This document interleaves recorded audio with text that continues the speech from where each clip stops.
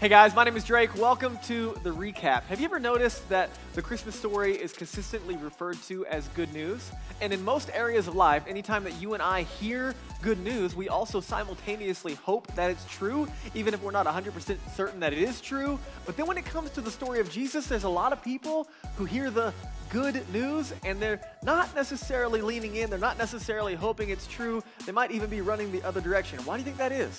Stick around and let's talk about it.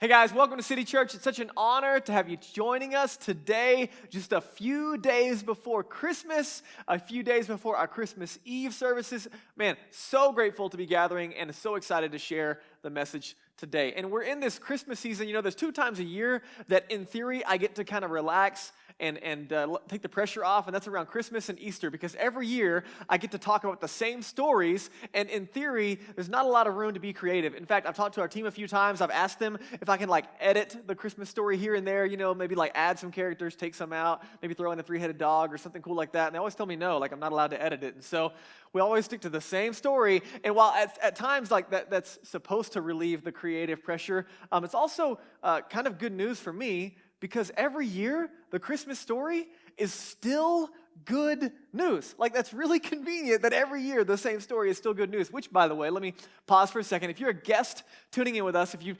never been a part of an in-person gathering or you've been tuning in online, we haven't had the chance to connect, you can use that digital connection card. You can text the word new to the number on the screen. We would love to connect with you. But also, I would love to personally invite you to one of our 3 in-person Christmas Eve services. We're going to have them at 4, 5:30, and 7 here at our space in this building. It's going to be amazing. Lots of space for you to spread out, safe, sanitized, masks on. We have this epic fog machine that kind of feels like, you're in the movie Ghostbusters and you get to just kill all the germs in the building. And so it's going to be an amazing evening. And if you're more comfortable at home, we also have a Christmas at home option that's going to be live streaming at all those times, as well as an on-demand option. And so I just want to extend that invite personally in this season. We would love to celebrate with you and meet you and connect in any way that's helpful. Now, back to the good news, right?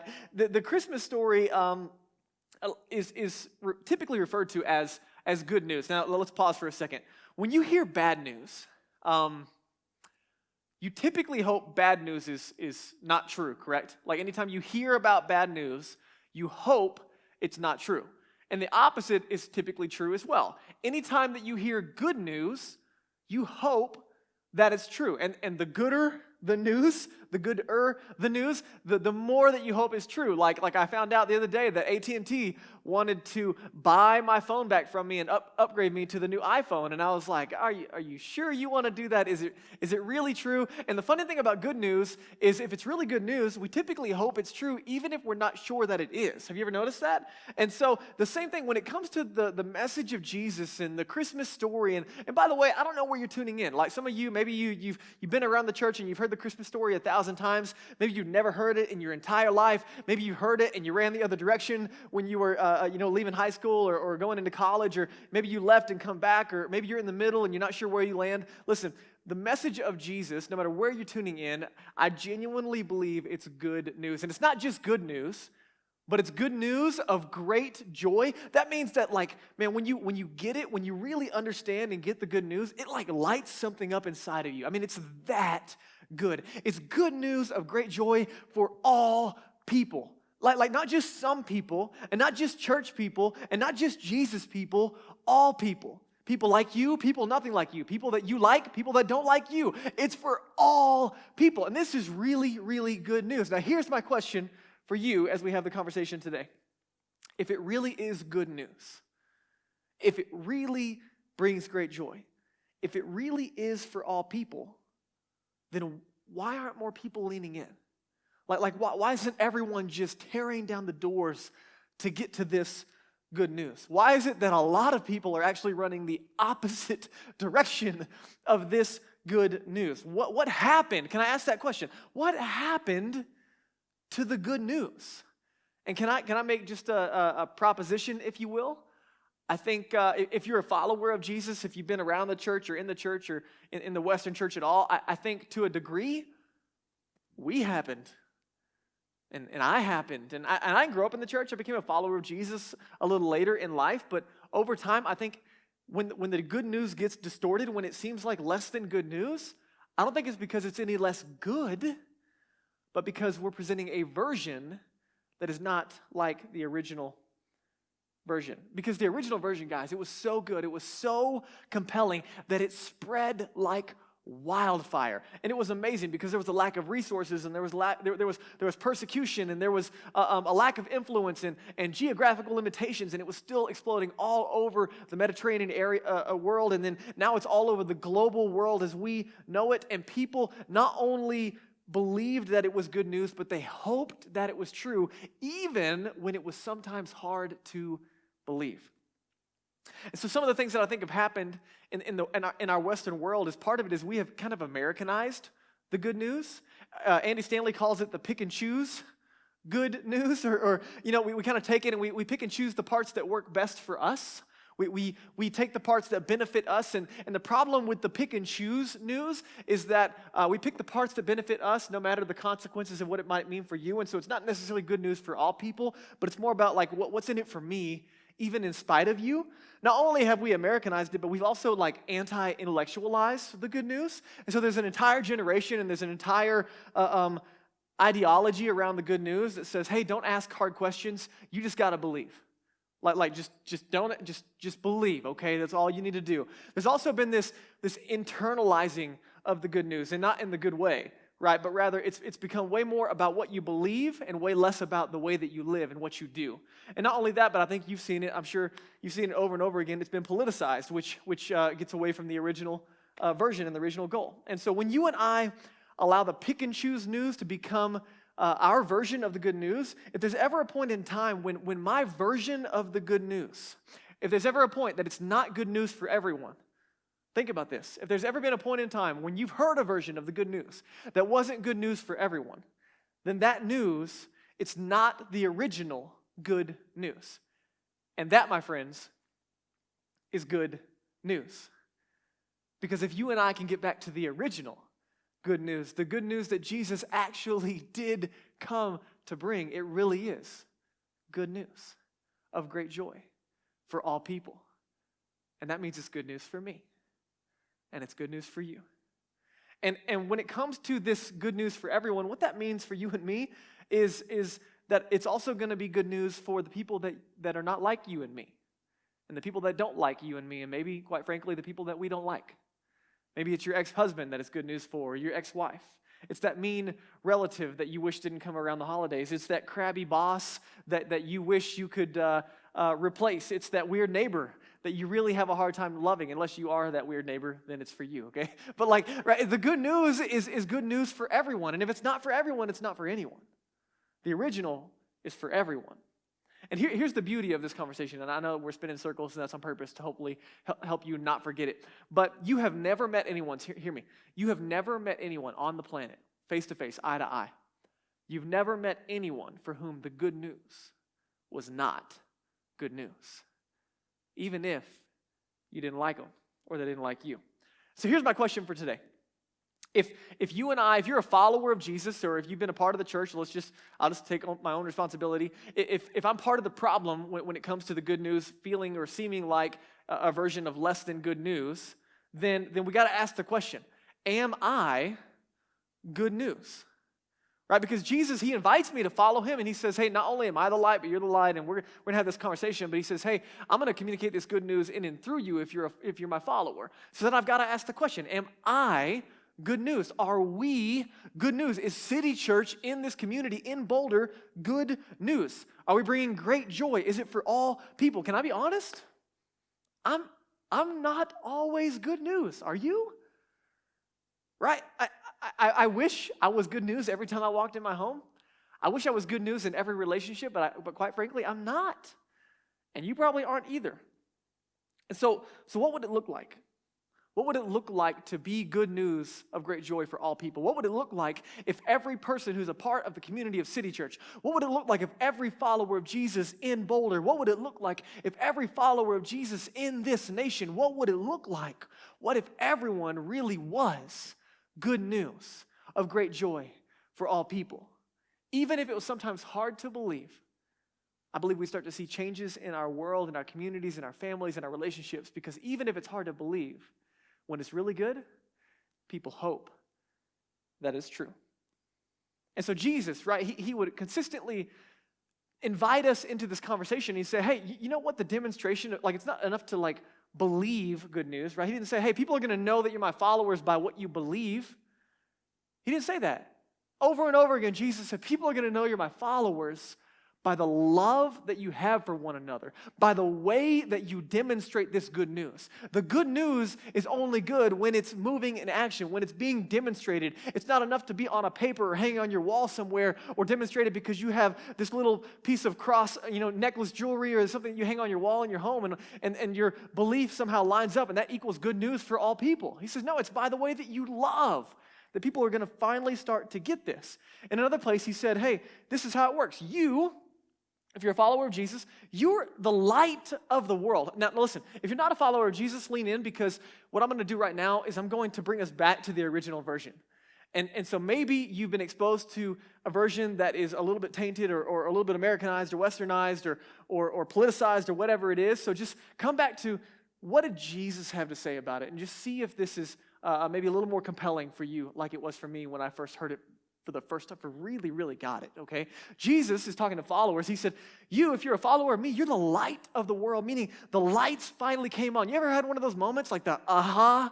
Like the lights came on, right? He's saying, you're the light of the world, meaning, man, my light, Jesus, he said, I'm the light. So when he came into your life, when his light intersected with your life, he says, now you are the light of the world. The lights came on. You see yourself in a different way, a way that you've never seen yourself before. You see others in a way that you've never seen them before. You see God in a way that you've never seen him before. You see your enemies in a way that you've never seen them before. Everything is different because the lights came on. He says, you are the light of the world. And he goes on and he says, so let your light shine before others so that what? So they might see something, right? Not because of what you believe. You're not the light of the world because of what you believe or a book that you carry around. You're the light of the world, and people are going to see something. It's by what you do. It's by your good deeds. And check this out. He says, when you live in such a way as a follower of Jesus that you're personifying, you're demonstrating this light internally and externally. He says, as that thing shines and people see your good deeds, you know what they're going to do? They're going to look up, and they're going to glorify. That word also, it can mean magnify. It's going to like blow up in a good way. It's going to become really, really obvious. And you're going to glorify your Father in heaven. Here's what he's saying. As you and I live out this life, people are going to connect your good deeds with your good Father. You see this? This is monumental. He says this is why it's good news. It's good news because it's actually good for people. And when people see your good, they connect it with your good Father. It's amazing. And friends, listen, if you're a follower of Jesus, you might be the only light that someone's ever going to get.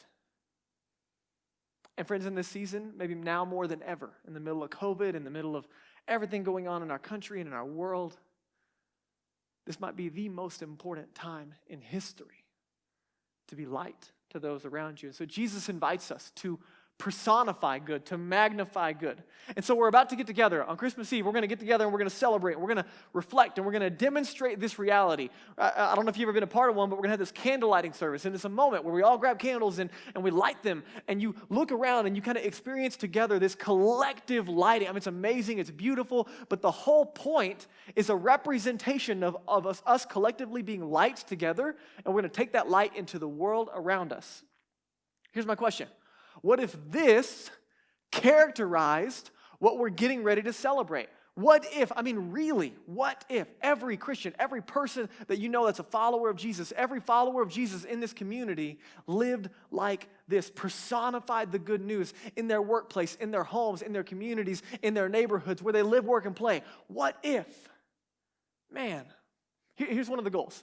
One of the goals for City Church in the new year is that everyone in northern Boulder here where we are, everyone in like a 2 or 3 mile radius of our church property would know the name City Church and they'd be able to say, yeah, that's that church on that corner of J and 28th. And when they do that, when they make that association, it would be a good thing, okay? That they would say, yeah, I know about City Church. And here's the deal. Our goal is always progress. And so for most people, it's not just like an instantaneous, they wake up one day and say, man, you know what? I really want to go to that church, right? But rather, we're going for kind of this idea and this goal that people would say, you know what? I don't really go to church.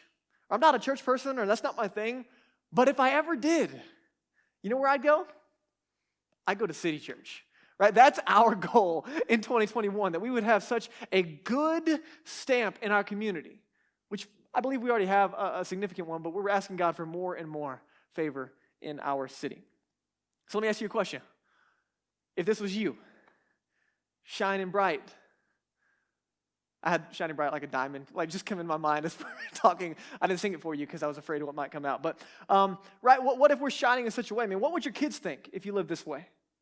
Your spouse, your neighbors, your coworkers, your boss. There's an incredible potential. So for the remaining time, here's what I want to do. I want to introduce to you a guy named Paul. And Paul was a guy who was anti-good news. He was not only anti this good news, but he was like the living expression of not good news, right?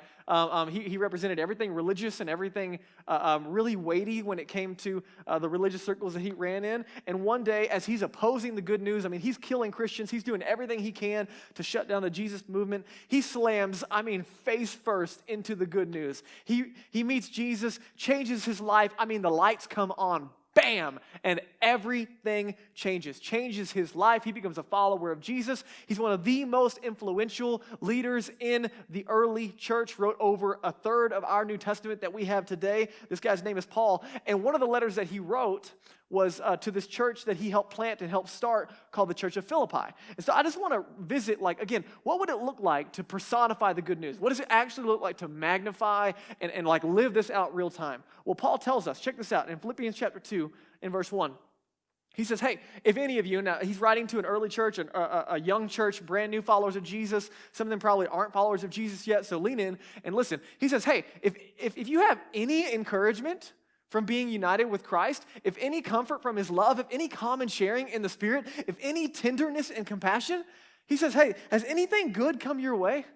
Has anything good at all come your way as a result of following Jesus? Check this out. And he goes on to say, then make my joy complete. He's kind of like a good dad talking to those, writing to his kids, if you will, his spiritual children, and saying, hey, make my joy complete by being like-minded. Having the same love. Think about how challenging these words are. Like, how hard is it to be like-minded with everybody that you know, based on the political climate and the racial climate and all of the tensions in our country and culture right now? Having the same love, being one in spirit and of one mind. What he's saying is, hey, as you follow Jesus, do me a favor. I want people to see something different in you. As followers of Jesus, they should see something different. If you've ever had any good come your way, which the natural response is going to be, of course we have, as followers of Jesus. He says, what I want to see happen, I want to see that good overflow, that good that has come your way. I want to see it flow out of you and touch every relationship that you have. And so we got to ask the question, well, what does that look like? These are really flowery words, and it sounds great to say, like, we're going to be one, and there's unity and love, and, right, we can get a little hippy-dippy, and it doesn't actually change anything. So what does that actually look like? Here's the question I want to ask you. How do we, you and me, how do we live lives that look so good? Not for performance, but genuinely. How do we live lives that are so good in the world around us, in our homes, in our workplaces? How do we live lives that are so good that people connect the dots and think that this good news is good too? What does that look like? Paul tells us. Well, for starters, verse 3, you want to personify this thing? Do nothing out of selfish ambition or vain conceit. Man, wouldn't you like to work for somebody like that? Just imagine if, this is your boss, maybe you work for somebody like that. Wouldn't you like employees like that? Man, what if your mom and dad had been like that when you were growing up? Or maybe you were grateful because you actually had moms and dads that were like this. Right? Just how amazing is that? It's actually good. He goes on and he says, do nothing out of selfish ambition or conceit, but rather in humility, value others Place value on others above yourselves, not looking to your own interest, but each of you to the interest of others. He says value others as more important than yourself. Now think about this. This is just what it looks like to represent the good news. He's saying put value on others as if they're more valuable, not because they are more valuable than you, but you're going to treat them like they're more valuable than you. Imagine, man, last time you got into a fight with your spouse, if you put value on them as if they were more valuable than you, even though they're not. You see, why is this important? Because God did that for you. God did that for me.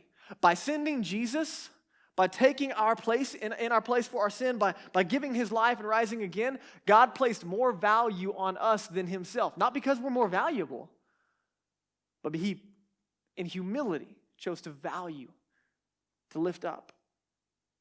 And friends, this is good. I mean, think about relationships like this, where you interact with someone where they're valuing you, they're esteeming you over themselves, right? Man, I don't even know what these people believe, but whatever they've got, it's good. You see it? He goes on, and he says, in your relationships with one another, have the same mindset, your thinking, as Jesus has. Why? Because the mindset of Jesus, it's good. It's good. And he explains it to us in verse 6. Check it out. He goes on and he says, who Jesus being in very nature God, which is so hard to wrap your mind around, right? At times, I mean, you ask some of the first century followers, they would say, man, it was like God was in the flesh. It was like God in a bod. I don't know how else to say it. It's just like he was God. He was right there. I mean, you ask the brother of Jesus, all of his followers, and he was in the very nature God. But check this out. He didn't consider equality with God something to be used to his own advantage. But rather, he goes on, Jesus made himself nothing by taking the very nature of a servant, being made in human likeness. Here's what he's saying. God showed up, and this is the whole story of Christmas, right? This little baby being born. God showed up, but you know what? God never powered up, right? Think about it. You look at the life of Jesus, he never once played the God card. He never used his power and his influence for himself. He always leveraged it for others, and this is so good. Can you imagine a world where everyone uses their influence, not for themselves, but for the good of others? Imagine politicians, imagine moms and dads, imagine world leaders, imagine bosses and business leaders, imagine neighbors where we leverage ourselves for the sake of others. It's so good. And he goes on. He says that, man, Jesus, although being found in the appearance of a man, he humbled himself by becoming obedient to death, even death on a cross, which that for me and you might not carry the weight that it would in the first century moment when they've seen and smelt the byproduct of this point of death. It would have been horrifying. And for Jesus to submit himself to this point showed the level of value that he places on us. And he goes on. And Paul says, so listen, in light of what Jesus has given us as an example, continue to work out your salvation with fear and trembling. For it is God who is working in you to will and to act in order to fulfill his good purpose. Right? He's saying, man, keep working it out. Like God wants to squeeze all of that good out of you to where it's overflowing into every relationship that you have. And he says it's all connected to his good purpose. What's his good purpose? It's the good news that God sent his son into the world to bring everyone back into relationship with himself. It is that good purpose and that good news that he is working in and through you and me. And he goes on and he encourages us. So he says, hey, listen, so do everything without grumbling or arguing. Man, how challenging would it be? This should be do anything without grumbling or arguing, right? Like, man, that would be quite the feat for me and you. Do everything without grumbling or arguing so that you might become blameless and pure. You know what this word means, blameless? It doesn't mean perfect, right? I think sometimes we think that they're like without blame. No, what it means is that you own up to everything so consistently and so quickly that people can't blame you, right? You get in a fight, you get in an argument, and they're going to, they're like, oh, you know what, man, they messed up in this way. They said this, they did this, I'm going to go get them. And then they're getting ready to it. Oh, you know what, he already owned to that. Like, man, he already said he was sorry. He already owned it and said he did it, and he's making progress. Dang it, right? Every time I try to get him, like they've already owned up to it, right? He's saying, man, live your life in such a way that you're blameless, that people can't blame you because you own everything. You recognize that you're not perfect, but you're moving in a direction. that says, man, I want to value you and others. And he says, as you live that way, don't be like, you're like children of God without fault in a warped and crooked generation. Warped meaning this me first alignment of a generation, right? That's about me and not you. And then check this out. He says, man, when you live in this way, then you will shine. He echoes the words of Jesus. You're going to shine among them like stars in the sky. You live in this way, you're going to shine. Imagine a world, guys. Imagine relationships. Imagine a city. Imagine a workplace. Imagine a neighborhood where people hope that what they see in me and what they see in you, that people hope what they see in us is actually true because it looks so good. Imagine a world where we don't have all of our stuff together, but we know someone. We're following someone who is helping us get all of our stuff together. And so Christmas Eve, right? It's in a few days. And whether it's in person or at home, I want to extend the invite and the reminder. Not only are you invited to join us, but if you're a follower of Jesus, you're invited to invite others, to be a light. And so this week, I'll just give you some examples. This week, I'm going to help my neighbor fix their headlight on their car, just as a moment of connection, just to serve them. And I'm going to invite them to join us for City Church and to join us for Christmas Eve. This week, my family, we're delivering some presents personally to a family in need, and we're just going to personally extend the invite to join us for Christmas Eve. This last week, me and my kids, we grabbed our snow shovels and we went and shoveled every one of our neighbors' sidewalks leading up to their front door. And just teaching my kids the value of investing in others and valuing others above themselves. And one of my kids is crippled right now. He's got a broken leg. He's in a wheelchair. And so I had him hold his shovel, and I'm pushing his wheelchair around, and he's just scooting snow. It's like, I don't know who's actually doing all the work, but one of us is. And we're just choosing to serve others so we can invest in them and value them, and that people would see something in us, not just the invite to church, they would see something in us that looks so good that even if it's hard to believe, they would hope that it's true. So let's get super practical in the last few seconds that we have together. Let me give you 4 suggestions, 4 ways to be good news to those around you, because I realize, man, you're entering into seasons of relationships. You're going to be with different people for the holidays maybe, and you got things going on. So let me give you 4 things based on the text we just read that you and I can look at this week. Number 1, can I just give you some good news? Apologize immediately. Like, no matter what's going on, right? You and I, we're not always good news. And so, man, just extend the apology immediately. This week, my wife's grandfather passed away, and our family's mourning with them. And